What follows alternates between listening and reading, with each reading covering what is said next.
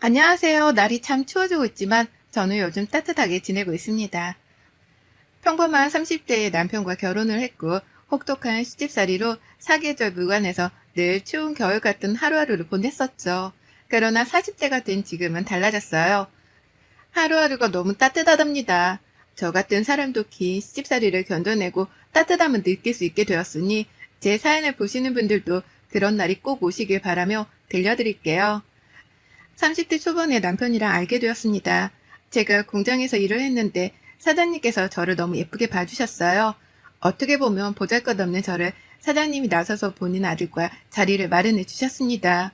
처음에는 너무 부담스러워 거절을 몇 차례 했지만 가벼운 마음으로 한번 만나보기라도 하라는 말에 만나봤죠.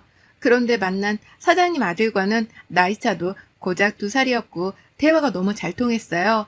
사장님께서 늘 제 얘기를 하셔서 궁금했다는 그 사람에게 호감이 점점 생겨나기 시작했습니다. 뭔가 우보스럽지만 딱 처음 본 그날 그 자리에서 어쩌면 이 사람과 결혼할 수도 있겠다는 생각을 했던 것 같아요. 그 후 연인으로 발전한 저희 두 사람을 너무 반겨주셨던 사장님은 제가 덜 힘들게 일할 수 있도록 도움도 참 많이 주셨죠. 그렇게 연애를 2년 정도 하고 바로 결혼을 했어요. 사실 30대 초반 나이에 결혼을 할 생각은 전혀 없었는데 사장님과 남편의 성화에 못 이겨 결혼을 했습니다. 저희 집은 평범한 집안이고 넉넉하지도 않았기에 제가 다 결혼 준비를 해야 했는데 그게 좀 부담이었거든요. 시부가 사장님인데 얼마나 잘 살겠습니까?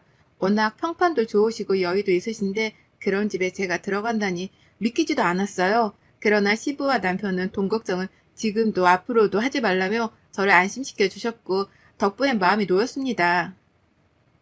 어떻게 보면 딱히 제가 한 것도 없이 시집을 가게 되었죠. 사실 결혼 전에 고민이 있던 건 시부와 남편은 너무 좋지만 시모는 그렇지 않았다는 거였어요. 본인 아들이 너무 아깝고 손해보는 결혼이라며 대놓고 말씀하셨죠. 혜민이 너는 전생에 뭐를 했길래 우리 집안에 시집을 타오니? 참, 네 팔자 펴서 아주 좋겠다. 솔직히 외아들은 우리 혁준이가 너 같은 애랑 결혼한다기에 내가 뒷목 잡고 쓰러질 뻔했어. 제가 많이 부족하죠. 노력할게요, 어머님. 노력하면 다반사 오케이야? 세상이 그렇게 호락호락한 줄 아니? 너 참 팔자 좋은 소리 한다. 세상은 그렇게 호락호락하지 않단다. 혁준이 아빠가 너를 며느리로 꼭 봐야 한다고 난리치지만 않았어도 넌 우리 집에 팔도 못 들였어. 알아? 그렇죠. 앞으로도 하는 거 지켜볼 거야. 누가 봐도 믿지는 장사를 우리 가족이 했으니 넌 잘해야겠지. 어? 나를 화나게 하는 일은 없었으면 좋겠다. 용서할 수 없을 것 같으니까. 알아들어? 네, 알겠습니다, 어머님. 시몬은 대놓고 면박을 주는 게 한두 번도 아니었고 저를 보자마자 인상을 찌푸리는 특유의 표정도 참 많이 보여주셨어요. 그거 볼 때면 마음이 참 씁쓸했지만 적극 참았습니다. 남편이 너무 좋았거든요. 이런 사람과 내가 결혼하다니 싶었습니다. 꼭 금전적인 부분이 아니고 정말 사람 자체가 좋았어요. 거기도 시부는 얼마나 좋은 사람인 줄 제가 잘 아니까 놓치고 싶지 않았던 결혼이었습니다. 결혼 후 시댁 근처에 살았는데 참 힘들었어요. 제가 결혼하고 나서 시부와 남편은 일을 그만두라고 하셨고 한순간에 주부와 백수가 된 저는 시모의 수행비서처럼 온종일 일을 함께 해야 했죠. 세아가 너 이제 공장에서 힘들게 일하지 말고 집에서 편하게 쉬어라.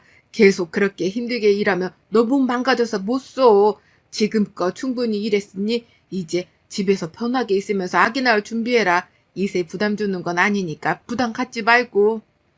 아버님 아니에요. 저 아직 젊은데 일하고 싶어요. 아니다. 이 집에 멀쩡한 사내가 있는데 뭐하러 세아가 너까지 돈을 벌어. 충분하니까 편히 쉬어. 그동안 힘들게 산 세월 보상받는다고 생각하고 편하게 생각해라. 그래, 아버지 말 들어. 시아버지가 사장이고 돈 잘 버는 남편이 있는데 왜 당신이 나가서 고생하고 그래? 시부와 남편은 마치 저를 보호해주는 울타리 같은 존재였어요. 어떤 상황이든 늘 저를 먼저 생각해줬고 배려해줬습니다. 그러나 시모는 이런 모습도 마음에 들어하지 않았어요. 너 지금 시간이 몇인데 아직도 자는 거야? 네? 아니에요, 어머님. 저 일어나 있어요. 너 앞으로 일어나면 바로 전화해. 알겠어? 나 옛날에는 시댁 가서 안부 인사를 매일 해야 했어. 이 정도면 많이 봐준 줄 알아. 알겠어? 그리고 오늘부터 집으로 와서 음식도 배우고 살림도 배워라. 알려줄 때 감사하게 여기고. 아, 네, 어머님 지금 갈까요? 그럼 언제 올 건데? 하나부터 열까지 내가 다 말해줘야 하니. 어련히 알아서 눈치껏 좀 행동해. 당장 와! 시모노 이날을 시작으로 남편이 퇴근해서 올 때까지 저를 시댁에 가둬두고 이것저것 부려먹고 일을 시켰어요. 심지어 시댁에서 일하시던 이모님도 휴가를 줘버렸더라고요. 그 큰 집을 저 혼자 쓰고 닦고 청소를 하는데 참 너무하다 싶었습니다. 그 좋은 청소를 두고 바닥을 직접 빗자루로 쓰라고 하질 않나. 걸레질 역시 손걸레로 엎드려서 싹싹 다 닦으라고 했죠. 그 덕분에 무릎은 늘 멍이 들어 있었고 어느 날부터인가 무릎이 너무 아프더라고요.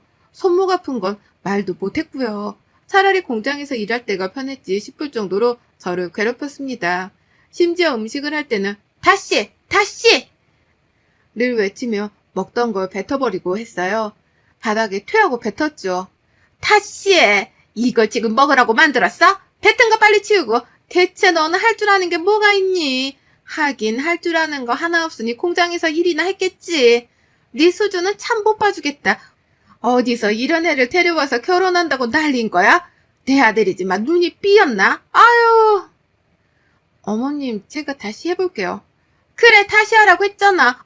왜 똑같은 말을 반복하게 만드니? 너 참 이상하다. 답답해 죽겠네, 정말. 아유, 내 팔자야. 참, 너 혹시나 해서 말하는 건데 우리 집에 시집 왔다고 해서 우리 집 재산 탐내거나 그러지 말아라. 한마디로 꿈 깨라고 알아들어? 네, 탐낸 적 없어요. 웃기고 있네. 내가 네 시커먼 속을 모를까? 시몬은 그냥 괴롭힐 수 있는 거 모조리 시키면서 저를 괴롭혔습니다. 심지어 한 번은 백화점에서 머리를 맞은 적도 있었죠. 이날은 본인이 쇼핑을 할 거니 따라와서 짐꾼 역할을 하라고 했어요. 거부할 수도 없던 게 제가 거부를 하거나 말대답을 하면 1시간이면 끝날 게 하루 이틀이 넘어가니까 차라리 참고 말자 싶었습니다. 결국 백화점에 함께 가서 옆에서 짐을 들고 조용히 따라다녔죠. 그런데 시모가 계산을 하다 카드를 떨어뜨렸는데 그 순간 제가 잡겠다는 게 오히려 그 카드를 쳐서 시모 얼굴을 맞춘 겁니다. 순간 시꺼뱄고 당장 사과를 했으나 그 자리에서 머리를 맞았네요. 어머니 괜찮으세요? 아우 죄송해요. 잡으려다가. 이런 미친 망할 것이 뭐하는 짓이야? 어? 너 미쳤어? 일부러 그랬지? 그냥 주먹으로 쳐버리지 그러냐? 어? 뭐 이런 게 다 있어 진짜? 아니요 어머님 그런 게 아니에요. 에이씨 너 때문에 기분 잡쳤으니까 집에 가게 운전이나 해. 망할 것이 이엠뱅할. 아 혹시 이거 구매는 안 하실 건가요 사모님? 이연병할 것들이 쌍으로 눈치코치가 없네. 너 같으면 내가 지금 그걸 사고 싶겠니? 어? 너도 머리통 쳐맞고 싶어? 아니에요. 죄송합니다. 죄송해요, 사모님. 죄송한 거 알면 앞으로 내 눈에 보이지 마. 알아들어? 시몬은 유명했어요. 인성 쓰레기로 말이죠. 오죽하면 옆에 있는 저를 보는 눈들이 다 동정한 눈빛이었고 어딜 가면 시몬 몰래 제게 뭐 하나라도 챙겨주려고 늘 했습니다. 반대로 시몬은 정말 평판이 좋으셨고 시몬처럼 무례한 사람을 절대 가만두지 않았어요. 그러다 보니 시부 앞에서 시몬은 타인에게 친절한 척 연기를 했습니다. 그러나 시부 앞에서도 제게는 쌀쌀맞게 굴었죠. 너무너무 힘들어서 참고 견디다 남편에게 말한 적이 있었어요. 이때가 남편이 하던 일을 정리하고 시부 공장을 물려받아서 사장으로 일을 할 때였습니다. 여보, 내가 정말 참아보려 했는데 못 참겠어. 어머님이 저러시는 게 너무 힘들고 버거워. 그냥 나 공장 가서 일하면 안 돼? 어? 제발. 이렇게 집에 있는 게 더 고통스럽고 정신적으로도 괴로워. 내가 사장인데 당신이 거기서 직원을 일하면 체면이 안 서지. 힘든 건 알고 이해하는데 조금만 참아봐. 이런저런 핑계로 이사를 가던가 해보자. 정말이야? 이사 갈 거야? 제발 여보 하루빨리 가자. 어? 그래 알겠어. 그렇게 힘들면 얘를 갖자. 당신이 임신하면 엄마도 솔직히 아무것도 못 시키지 않겠어? 이런 마음으로 아이를 갖는 건 아이한테도 못할 짓이야. 그건 아니라고 생각해. 당신 편하라고 말해본 거야. 뭐 방법은 생각할수록 많아질 테니까 한번 생각을 해보자. 그래 알겠어. 고마워 여보. 남편은 사장이 되면서 일이 많아진 건지 늦게 귀가하곤 했습니다. 그런 남편을 보며 저는 너무 열심히 해주는 것 같아서 다행이고 고마웠어요. 그런데 시부에게 연락 한 통을 받았죠. 세아가 나다. 다름이 아니고 요즘 혁준이 집에 언제 들어오니? 네? 일이 많아서 거의 새벽에 오고 있어요. 새벽? 새벽에 온다는 말이야? 매일? 네. 일이 많고 바쁘다고 하더라고요. 빨리 와야 2시 있고 4시 사이쯤 오는 것 같아요. 그래, 알겠다. 잘 지내고 있지? 바로 옆에 사는데 우리만 얼굴을 제대로 못 보는 것 같네.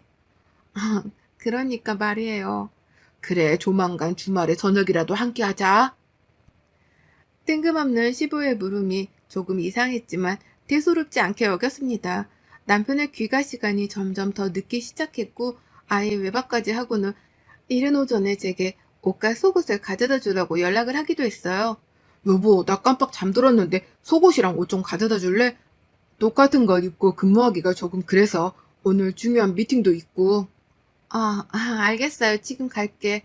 전 남편이 너무 열심히 일하는 줄 알았는데 공장에 들린 김에 오랜만에 함께 일하던 동료들을 만나서 점심을 먹으며 들은 얘기로 생각이 달라졌어요. 이야, 우리 혜민이 얼굴 핀 것 봐. 역시 돈이 최고지? 그런 부잣집에 시집가면 삶이 어때? 세상 공기가 달라? 무슨 소리야. 안 그래. 난 오히려 여기서 다 같이 일할 때가 더 좋았어. 웃기지? 에? 이게 무슨 배 아픈 소리야. 너 어디 가서 그렇게 말하지 마. 욕 먹는다? 그나저나 요즘 공장이 많이 바빠? 새벽까지 있어야 할 정도로?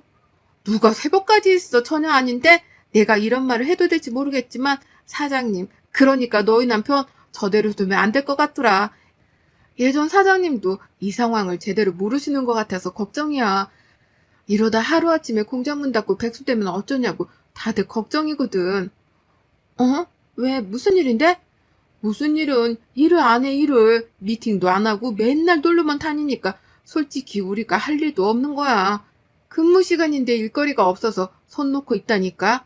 그게 불편해서 거의 매일같이 공장 대청소나 하고 있어. 우리가 일이 바빠서 힘들었지. 언제 이렇게 안 바쁜 적이 있냐고. 이게 다 사장님 일을 안 해서 그런 거지. 뭐야? 정말? 미팅도 많고 일 바쁜 줄 알았는데? 야, 전혀 아니야. 제대로 알아봐. 그리고 예전 사장님께도 말 좀 해봐. 이러다 진짜 공장 망할까봐 무섭다. 심지어 지금 2달째 급여도 제대로 못 받은 사람도 있대. 이거 심각한 문제잖아. 내가 여기에 10년 다니면서 단 한 번도 급여 문제로 걱정한 적 없는데 요즘은 무섭다니까? 이러다 퇴직금도 못 받을까봐 미리 땡겨받을까 싶어. 저는 동료의 말을 듣고 너무 충격을 받았어요. 그러나 남편에게는 티내지 않고 시부에게 말을 할 참이었죠. 하필 안 좋은 일은 같이 몰아서 온다고 시부에게 말을 하려고 시댁에 갔을 때는 분위기가 좋지 않았어요. 세아가 왔니? 네, 아버님. 그런데 2분 무슨 일 있으세요? 아유, 내가 못 살아. 이봐, 집안에 사람을 잘 들여야 한다고 했지? 저거 온 줄은 잘 풀리던 일들도 안 풀리잖아. 멀쩡하던 당신이 어떻게 하루아침에 간암이냐고. 말도 안 돼. 네? 간암이요? 아버님이요? 아버님 병원 어디로 가신 거예요? 확실하대요? 아이고, 별거 아니니까 걱정 말아라. 내가 또 가진 게 돈밖에 없으니 최고 병원에 최고 의사한테 수술 받으면 금방 회복할 거야. 걱정 마. 웃기지 마. 당신 그렇게 여유 부릴 때 아니거든. 당장 입원하자. 1인씩 빼뒀다고 하니까 가자고 얼른.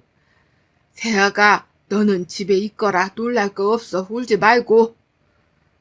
네가 왜 울어 울기는? 이게 다 너 때문에 벌어진 일인데, 네가 똑바로만 했어봐라. 우리 집에 이런 불행이 찾아왔겠어? 저 단계 들어온 뒤로 똑바로 흘러가는 일이 아주 하나도 없어. 제게 시부의 간암 소식은 정말 세상이 무너지는 기분이 들 정도로 절망적이었고 눈물이 앞을 가렸어요.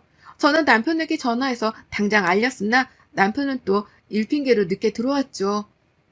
이것저것 평소에 좋아하시던 창거리도 만들고 챙겨서 병원으로 갔습니다. 그런데 들으면 안 될 얘기를 들어버렸죠. 제가 딱 갔을 때 시무와 의사가 밖에서 대화 중이었는데 그걸 듣게 되었어요. 거두절미하고 딱 말해보세요. 그래서 저 사람 죽어요, 안 죽어요? 사모님, 생명에는 지장은 없으니 걱정 마세요. 수술 최선을 다해서 할 거고 저희 의료진들 다 실력 뛰어나니 믿으세요. 아니, 지금 그게 중요한 게 아니라 간암이 심각하다면서요. 왜 안 죽죠? 거참 신기하네. 너무 열과성을 다할 필요는 없어요. 쉬엄쉬엄 하자고 이럴 때 쉬는 거 아니겠어요? 아유, 저 인간은 명줄도 기네. 아우, 내 팔자야. 저는 진짜 충격을 받아서 말이 나오지 않았어요. 어떻게 병상에 누워있는 시부를 두고 저런 말을 하지 싶었죠. 그때 깨닫게 된 것 같아요. 시모와 시부의 관계는 결국 시모가 돈을 목적으로 유지되고 있었구나를 말이죠. 못 들은 척 한참은 병실로 들어갔는데 환자복을 입고 수액을 맞고 있는 시부를 보니 가슴이 아팠습니다. 뭐야? 너 언제 왔어? 연락도 안 하고 오니? 여기가 무슨 네 친구네 집이야? 거참, 자꾸 왜 그렇게 새아같아 살살맞게 굴어? 당신도 자꾸 편들어주지 마. 편들어주니까 저 모자란 게 기고만장하지. 왔으면 할 거 하지. 왜 그러고 서 있어? 아버님 괜찮으세요? 이거 아버님이 맛있다고 하셨던 거 만들어서 조금씩만 싸왔어요. 식사 잘 나올 것 같아서요. 입맛 없으실 때 조금씩 꺼내서 드세요. 야, 여기가 1인시고 특식 먹을 건데 너 따위가 만든 반찬이 눈에 보이겠니?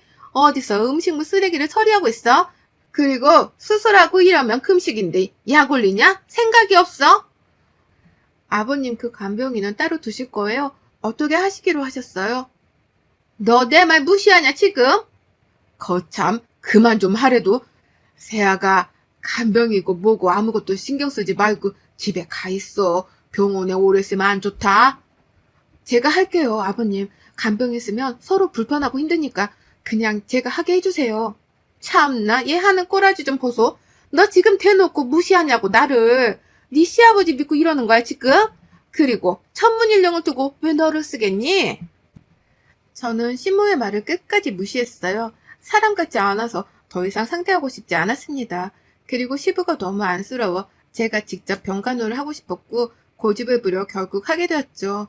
병간호라는 게 사실 힘들지만 그래도 저는 시부라면 할 수 있었어요. 그 와중에 남편은 여전히 철없이 행동을 했고 제가 붙잡고 말했습니다. 당신 정신 차려. 정말 왜 그래? 원래 이런 사람 아니잖아. 아버님 병상에 계시면 당신이라도 정신 차려서 행동해야지. 왜 그러는데 정말. 내가 사장이고 우리 집 재산이 얼마인데 뭔 일을 해야 하는데. 공장은 어차피 알아서 굴러가. 그니까 잔소리 좀 하지 마. 어?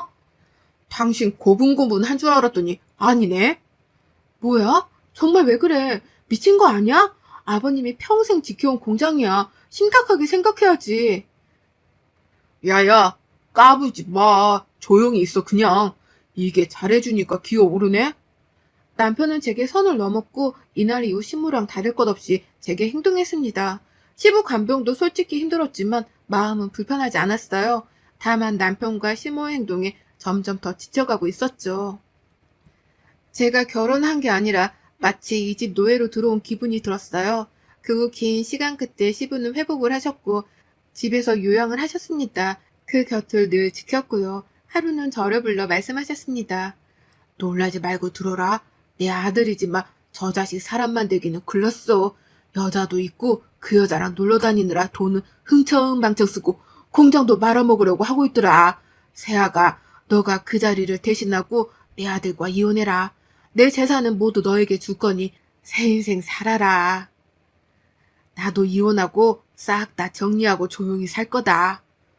정말 충격적인 얘기였지만 남편의 외도 증거를 이미 다 확보해 두신 시부의 굳은 다짐을 보고 전 이 악물고 분에 넘치지만 사장 자리에 앉게 되었어요. 며칠 내내 밤을 새더라도 공장 복구하는데 힘을 썼고 저를 인정해주지 않던 직원들은 저를 인정해주기 시작했죠.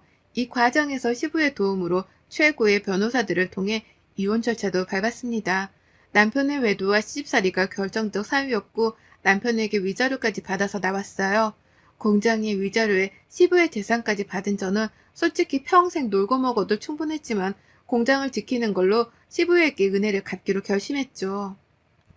시부와 남편은 노발대발했지만 결국 저와 시부에게 벌어진 저들은 처참한 인생을 맞이하게 되었습니다. 제가 자리를 잡고 안전해진 걸 본 시부는 지방으로 내려가셨고 전원주택에서 편히 살고 계세요. 몸도 많이 회복하셨지만 주기적으로 함께 병원을 가고 있습니다. 이혼 후 지금껏 명절이면 외로우실까 친정 식구들과 시부 이렇게 모두 시간을 보내고 있어요. 그리고 자주 내려가서 시부와 시간을 보내고 있답니다.